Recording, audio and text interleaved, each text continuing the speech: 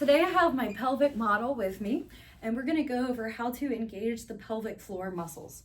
So if you look at the skeleton here, you can see this pelvis is like a bowl. The sit bones and the pubic bone and coccyx are the area where the pelvic floor surrounds, and they wrap around like a hammock. Now, when they contract, you're going to feel them draw up and in, almost like an elevator lifting up. Typical cues would be engaging like you're putting in a tampon or you're stopping the flow of urine midstream. When they relax, they actually stretch out. There's a fall, there's an expansion. So if you were to feel the maximum motion they have and you were to bear down, you would feel a falling, kind of like when you're having a bowel movement. And so there's an excursion of motion that the pelvis has.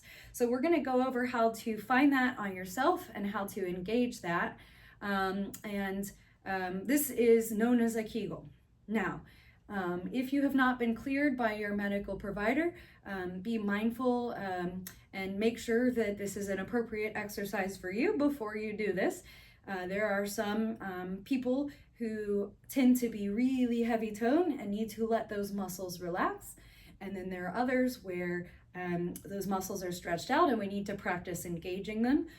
But go to your healthcare providers, see your pelvic floor physical therapist, talk to your gynecologist, talk to your healthcare providers before doing these exercises.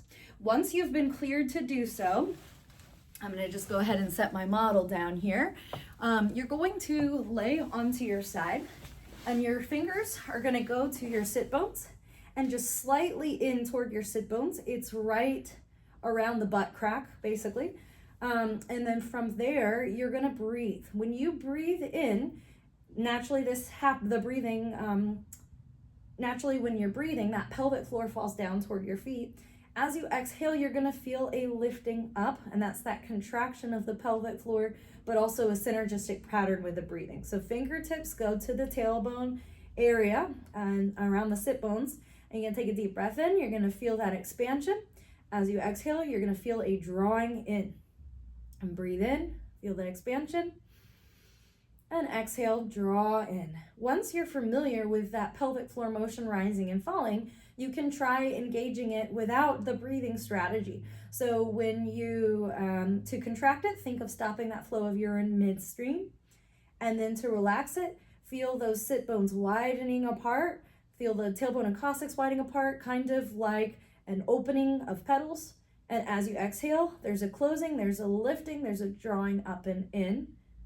Breathing in, you can feel it falling, or you don't have to do it with the breathing, but you should be able to allow it to fall and then also lift up and in. It is important to know how to control these muscles and be aware of when they're active and stretched out. And it is an important part of the core, in addition to working with the breathing muscles, the diaphragm, and your deep core muscle, your transversus abdominis.